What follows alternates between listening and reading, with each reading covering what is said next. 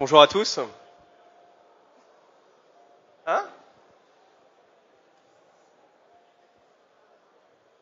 Donc je vais démarrer en fait par ce sujet qui sont adapter les opérations mécaniques en fonction du sol.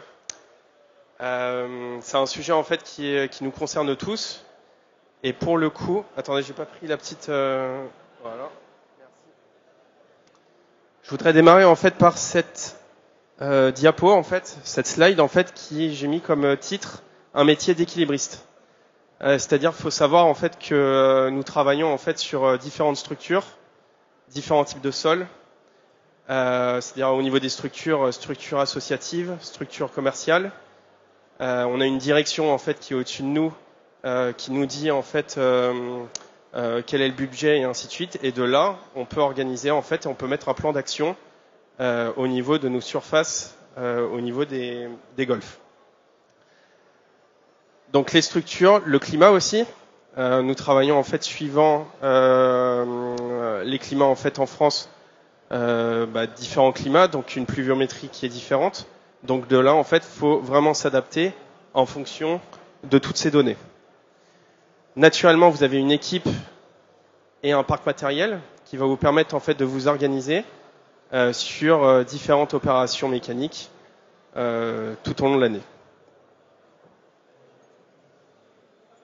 Donc avant de parler opérations mécaniques, j'aimerais vous parler en fait des fondamentaux au niveau du sol, des données en fait qui sont importantes à contrôler pour comprendre par exemple, là par exemple j'ai mis connaître la nature de son sol, c'est-à-dire que si vous êtes sur un 100% sable ou un sol terre ou un sol limoneux et argileux, naturellement, vous allez travailler d'une façon différente. Petit exemple, le 100% sable va avoir une vitesse de percolation beaucoup plus rapide qu'un sable, par exemple, limoneux, sableux. Et forcément, les opérations mécaniques vont être différentes. Comprendre une analyse de sol. Là, je parle pour les jeunes intendants, en fait, quand vous allez avoir un poste. C'est-à-dire que quand vous allez arriver sur un green de golf, vous allez faire un profil de sol pour voir à peu près à l'œil nu comment votre sol, en fait, se comporte tout au long de l'année. De là, avec cette analyse de sol, vous allez avoir des données comme la CEC, le C sur N, la teneur en éléments nutritifs, et ainsi de suite. Et tous ces éléments, en fait, vont vous permettre, encore une fois, de mettre un plan d'action en place. Connaître les graminées implantées. Naturellement, si vous travaillez dans le sud de la France ou dans le nord de la France, forcément, en fait, les graminées vont être différentes. Et de là, en fait, c'est à vous, au niveau de votre méthode culturale, à mettre des choses en place. Et la dernière gestion, en fait, c'est la maîtrise de l'arrosage. Il faut savoir, en fait, qu'un arrosage, suivant les différents types de golf, par exemple, un golf n'a pas forcément beaucoup de moyens, va avoir en fait une implantation. Par exemple, je vous donne mon cas de figure en carré. Ce qui veut dire que la pluviométrie au niveau de votre green va pas du tout être homogène au niveau de votre surface. Ce qui veut dire que par la suite, vous pouvez avoir des problématiques comme l'asphyxie sur certaines zones de votre sol. Vous me dites hein, si vous avez des questions, n'hésitez pas. Et de là, en fait, je reprends sur l'arrosage. La pluviométrie, en fait, est très importante et surtout l'emplacement, en fait, de vos arroseurs sur vos greens. Alors, pourquoi devons-nous aérer? Alors, on aère, en fait, pour plusieurs facteurs. Favoriser les échanges entre le sol et l'atmosphère. Ça, c'est un élément qui est crucial. c'est un élément en fait qui va vous permettre en fait de contrôler certaines zones, c'est-à-dire par exemple l'évapotranspiration et la photosynthèse. Qu'est-ce que la photosynthèse? La photosynthèse, en fait, c'est le soleil sur la plante qui va vous permettre de favoriser ces échanges-là. Réduire la compaction. Dans un sol, c'est primordial d'avoir un sol qui a une bonne macro- et microporosité pour l'enracinement, pour l'infiltration de l'eau. Quand on dit infiltration de l'eau, on parle de vitesse de percolation. Il faut savoir qu'il y a énormément de problématiques avec les eaux d'arrosage, je le redis, et les eaux de pluie. Ça crée en fait un phénomène d'asphyxie en fait au niveau de votre sol si vous avez une accumulation d'eau sur certaines parties de votre sol. L'amélioration de drainage, là tout est lié, c'est-à-dire un manque d'aération va vous compacter votre sol et naturellement en fait votre rôle, le but du jeu en fait d'un sol, c'est que l'humidité au niveau de votre profil de sol soit le plus homogène possible. C'est-à-dire que si vous avez une humidité de sol de 25% sur les 5 premiers centimètres, il faut à peu près en fait avoir un bon ratio jusqu'à la couche drainante. Favoriser la décomposition de la matière organique. Donc là, vous connaissez tous, c'est sur la décomposition du feutre. Le feutre, c'est de la matière organique qui est non décomposée. Donc le but du jeu, en fait, avec différentes opérations mécaniques, ça vous permet en fait de favoriser encore une fois les échanges entre le sol et l'atmosphère. C'est-à-dire que là, tous ces liens en fait sont comment dire, voilà, tout est lié en fait. Et là, le dernier point est très important, c'est améliorer les pratiques d'entretien. C'est-à-dire que quand vous allez faire un plan de fertilisation à l'année, vous allez avoir des données en fait tout au long de l'année que vous allez apporter à votre sol pour que tous les éléments, toutes les fertilisations, les biostimulants et ainsi de suite que vous mettez dans votre sol, pour qu'ils soient le mieux captés, en fait, il faut que toutes ces données en fait soient respectées. Donc pour ça, je vais vous expliquer sur les prochaines diapos les problématiques que l'on peut avoir sur nos sols. Problématique numéro 1, le feutre. Donc comme je vous l'expliquais sur l'autre diapo, ça peut être plusieurs causes. Ça peut être, la plupart du temps, en fait, c'est des déchets de tonte ou des brindilles qui vont mal se décomposer et qui vont former en fait une couche ça dépend en fait ça dépend de l'épaisseur, mais vous pouvez avoir en fait un garde-manger en fait qui va rester sur les 4 premiers centimètres du sol. Le but pour le jeu par exemple, c'est d'avoir en fait un green qui soit suffisamment ferme pour la roule. C'est-à-dire que une mauvaise décomposition du feutre va avoir un impact en fait au niveau de votre travail, mais surtout au niveau du jeu. La fertilisation excessive, ça c'est un problème en fait que l'on peut avoir. C'est-à-dire que si vous apportez en fait trop d'unités ou trop d'apports à un moment donné au niveau de la saison, forcément en fait vous allez apporter beaucoup plus que la plante n'ait besoin. Manque d'aération, ça je vous le dis, c'est-à-dire qu'un feutre qui n'est pas aéré va pas pouvoir en fait se décomposer, et pour se décomposer, le feutre en fait a besoin d'aération, mais surtout d'avoir des bons échanges entre le carbone, l'hydrogène et l'oxygène. Et les solutions, vous les connaissez. Il y a le Verticut que vous connaissez tous. En fait, c'est des lames en fait qui vont rentrer dans votre gazon. Suivant la profondeur dont vous travaillez, ça va vous permettre d'extraire cette matière. Vous pouvez descendre à moins de 2 mm par exemple en profondeur. L'ultra groomer, c'est une autre opération mécanique en fait qui va vous permettre de travailler en fait par exemple à la base du collet de la plante. C'est-à-dire qu'à la base du collet de votre plante, vous pouvez avoir en fait une couche en fait qui se bloque au niveau du collet. Et en fait, le but du jeu en fait, c'est toujours de trouver une zone aérée entre les premiers centimètres de votre feuille et le sol. Les carottages que vous connaissez tous, le carottage va vous permettre d'extraire de la matière, de le remplacer par du sable, et pareil, ça va favoriser en fait les échanges entre la feuille et le sol. De là aussi, vous pouvez faire en fait des top dressing, donc c'est des légers sablages qui, pareil, va vous réduire le feutre, mais aussi le sable, en fait, la plupart du temps, en fait, c'est de la silice. Ça vous permet en fait de faire un effet éponge et d'absorber en fait toute l'humidité qu'il y a en surface. Voilà. Avez-vous des questions ou... Thomas? Non. La deuxième problématique, c'est l'asphyxie. Donc je vous en ai parlé auparavant. L'asphyxie, en fait, c'est une zone anaérobie qui peut être due en fait à plusieurs problématiques. Problématique de compaction, problématique d'excès d'arrosage ou de pluie. C'est-à-dire que quand vous avez une accumulation de pluie ou d'arrosage à un point précis au niveau de votre sol, vous allez avoir une eau stagnante en fait qui va se mettre dans votre sol et qui peut créer en fait une zone asphyxiée.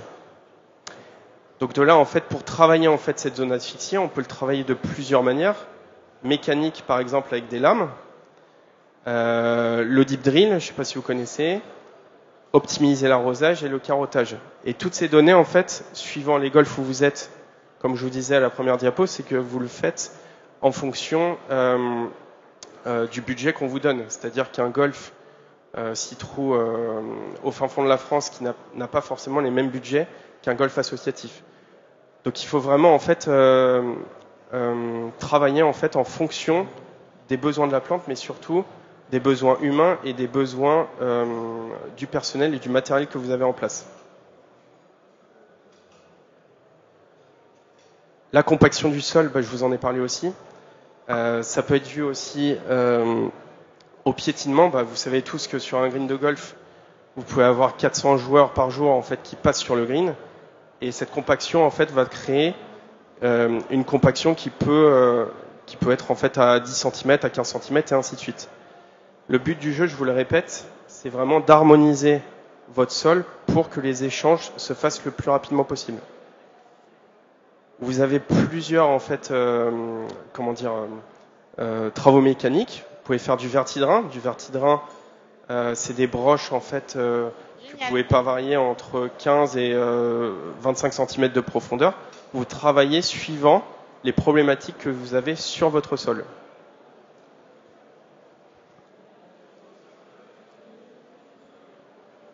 Quand on fait en fait des aérations, naturellement en fait il y a un critère qui est très important au niveau du sable. Le choix du sable en fait est très important. C'est pour ça en fait qu'il faut dans un premier temps recommandation du fabricant, c'est-à-dire prenez des informations en fait du fabricant qui puissent vous aiguiller sur le type de sable à choisir sur votre problématique. C'est-à-dire que le critère du choix du sable en fait est très important sur la granulométrie, c'est-à-dire un sable trop fin en fait risque de se compacter. La perméabilité, là je reparle en fait de la vitesse de percolation. Si vous avez un green en fait par exemple qui est compact, naturellement votre eau va être stagnante. Donc le but du jeu en fait c'est de créer des cheminées, mais surtout d'oxygéner et d'apporter en fait des cheminées de sable qui vont vous permettre de favoriser la macro et la microporosité.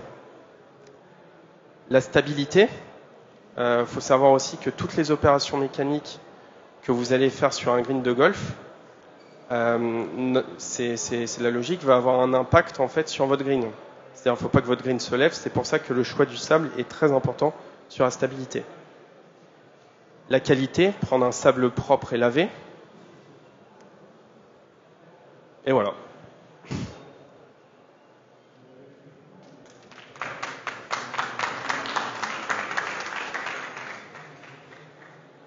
Avez-vous des questions?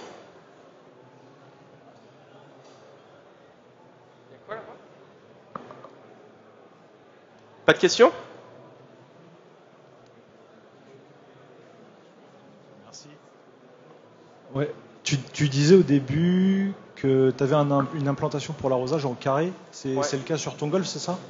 Et pourquoi tu n'essayes pas de changer ça du coup? Alors là, je reparle, c'est que quand je suis arrivé en 2018, j'avais une implantation au carré, c'est-à-dire que dans les années 98, quand ils ont implanté le parcours, je me suis retrouvé en fait, je vous dis exactement ce qui s'est passé, avec différents types d'arroseurs. C'est-à-dire je me retrouvais avec du Toro 2001, des T7, et tout était en carré. Il faut savoir que là, par exemple, au golf de Lille Métropole, tout est en bloc système. Bloc système, c'est une électrovanne qui va vous gérer en fait 4 à 6 arroseurs. Ce qui veut dire que déjà de 1, ils sont en carré, et de 2, je ne peux pas les gérer individuellement. On a essayé de faire le mieux possible, c'est-à-dire que j'ai essayé de faire un chiffrage pour mettre par exemple mes arroseurs en triangulation. Il y en avait pour 3 000 € par green. Donc c'est pour ça au niveau de ma première slide, quand je parle de différentes structures, sur une structure comme la mienne qui est un golf commercial, on ne peut pas se permettre de mettre 3 000 € pour changer l'implantation des arroseurs. Donc ce qu'on a fait en fait, on a changé tous les arroseurs par contre pour avoir exactement la même pluviométrie sur tous les greens. Ça c'est très important.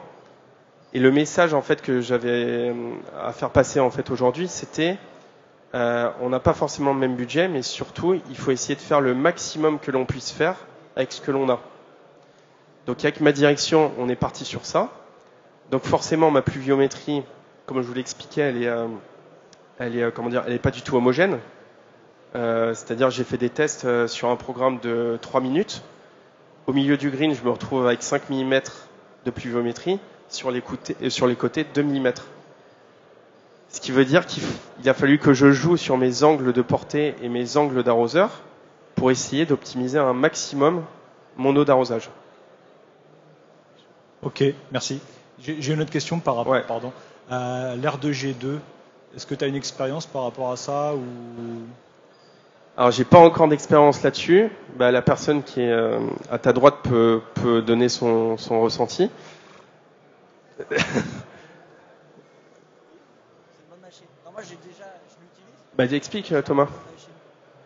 Merci. Alors moi je suis pas intendant, je travaille sur les terrains de foot et en fait on utilisait le R2G2 sur des sols mi-sable, mi-terre. Et en fait l'intérêt qu'on voyait c'est qu'il n'y a aucune déformation de surface, mais la perméabilité est vraiment bien meilleure. Après au niveau racinaire pareil. C'est vraiment intéressant. C'est une bonne machine. Elle coûte cher. Ah ouais. Très cher, mais on voit un résultat, je pense, sur un an, on voit vraiment une amélioration du sol. Alors pour 7000 m², une machine, 4 jours et demi. Ouais. Après, ça dépend de l'espacement. C'est toi qui choisis, c'est-à-dire que si tu as une zone humide sur un green, tu peux juste aller à un endroit, il n'y a aucune déformation de surface, même par rapport aux roues qui sont très grosses et très légères, ça fait vraiment un super intérêt. Je peux revenir là-dessus en fait sur le R2G2 et là c'est un cas concret. Là je vous parlais de vous adapter en fonction de la nature de votre sol, c'est très important. C'est-à-dire que moi si j'ai envie, j'essaye de passer un R2G2, c'est qu'il y a une raison. Là ce que je veux vous faire comprendre, c'est que au golf de Lille Métropole par exemple, sur les 6 dernières années, j'ai travaillé mes 15 premiers centimètres du sol. Ce qui veut dire que j'ai une zone qui est compacte après 15 cm, donc j'ai des blocages. Le R2G2, j'ai pas fait le test, mais j'ai eu des retours. Ça vous permet en fait de favoriser votre macro et votre microporosité à une profondeur, par exemple, à 25 cm, qui va vous permettre en fait à toutes les petites racines de pouvoir déjà aller beaucoup plus profond. Mais surtout, par exemple, on parle de vitesse de percolation. Plus toutes les opérations mécaniques, si vous les utilisez en fait à la bonne période, va vous permettre en fait de favoriser certains points de votre sol. Là pour le cas, je vous donne mon exemple. Le R2G2 va me permettre en fait de favoriser ma vitesse de percolation de mon sol. Donc c'est quelque chose que tu envisages alors? Oui. Et aussi il y a un autre truc, c'est qu'on travaille en fait avec des golfeurs. Il faut vraiment s'adapter en fait en fonction de la jouabilité des golfeurs. C'est pour ça que le R2G2 est pas mal, c'est que c'est juste un louchet qui... C'est 6 bars, c'est ça? Ouais. Mais c'est 6 bars pour la plupart, mais ça va vous permettre en fait, pour les joueurs, en fait, c'est une opération qui ne se voit pas. Donc ça, c'est le point positif. Et je pense à l'avenir, excusez-moi, à l'avenir en fait il va falloir trouver des solutions pour que la gêne du jeu ne se voit pas. Ok, merci. Voilà. Est-ce que tu as un ressenti sur le dry jet? Alors le dry jet, il y a la personne qui est derrière qui peut en parler. Merci Jean-Camille. Moi j'ai utilisé le dry jet l'année dernière. Pour moi c'est bien, quoi. On fait toute une opération en même temps. Ça ressemble à un carottage, sauf qu'on met tout les choses d'une seule fois. L'avantage c'est qu'on peut y mettre que du sable ou mettre d'autres choses avec. Moi j'ai utilisé le profile. J'ai fait un 30-70 en profile. Et, le résultat derrière, c'est qu'on a une fermeté des greens qui est mieux. Maintenant, c'est la seule fois que je l'ai fait l'année dernière. Je recommence l'année prochaine et on verra après, hein, Jean-Camille. Merci Dominique.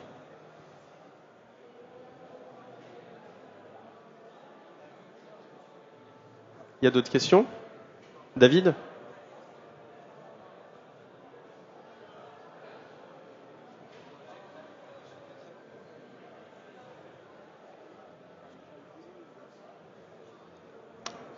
Je vous remercie.